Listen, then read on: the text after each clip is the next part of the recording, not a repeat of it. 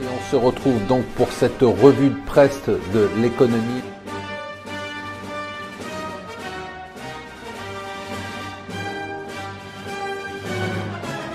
Bonjour et bienvenue sur Mon Financier pour le Morning Zapping du jour. Nous sommes le vendredi 15 mars. Qui dit vendredi dit c'est votre argent.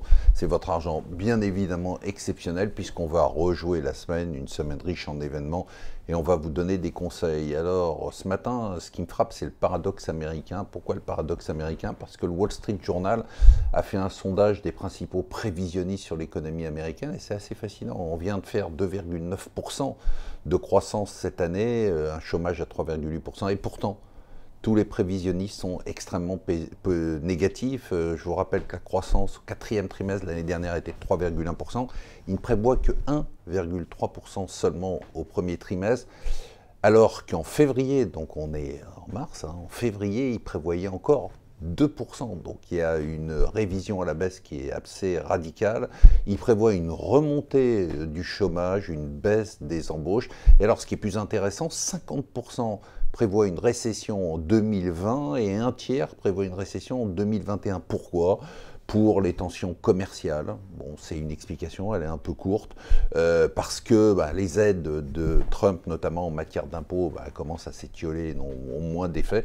Nous, on pense que c'est pour des causes structurelles et pas du tout conjoncturelles. On le dit et on le répète, notamment pendant nos conférences.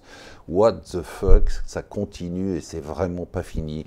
C'est du grand n'importe quoi, c'est bien évidemment le Brexit. Quel délire. Donc ça y est, donc ils ont voté pour dire non au Brexit, le deal du Brexit de Theresa May, non au no-Brexit, puis maintenant ils vont demander un délai de combien de temps, pourquoi, personne ne le sait, qu'est-ce qui va se passer, personne ne le sait.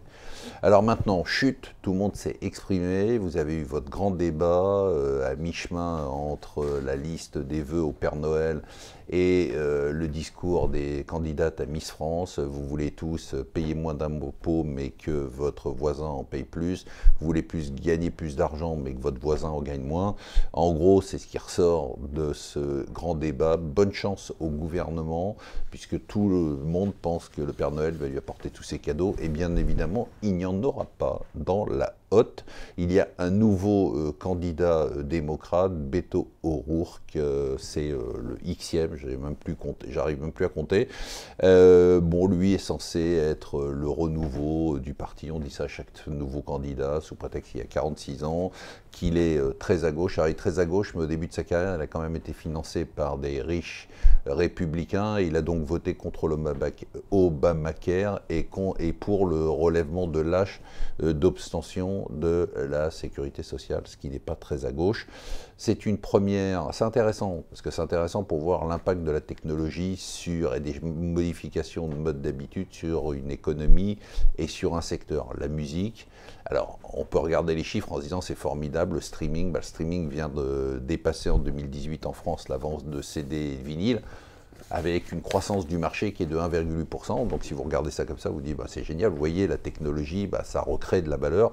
Bon, vous regardez les chiffres, le chiffre d'affaires global du secteur de la musique en France est égal à 40%, soit une baisse de 60% du chiffre il y a 15 ans. Donc ça veut dire qu'on a une destruction de valeur qui est absolument gigantesque. Voilà, donc ce soir, n'oubliez pas, on se retrouve à 19 h sur BFM Business, après ça sera en replay. Je vous souhaite une excellente journée et bien évidemment un excellent week-end.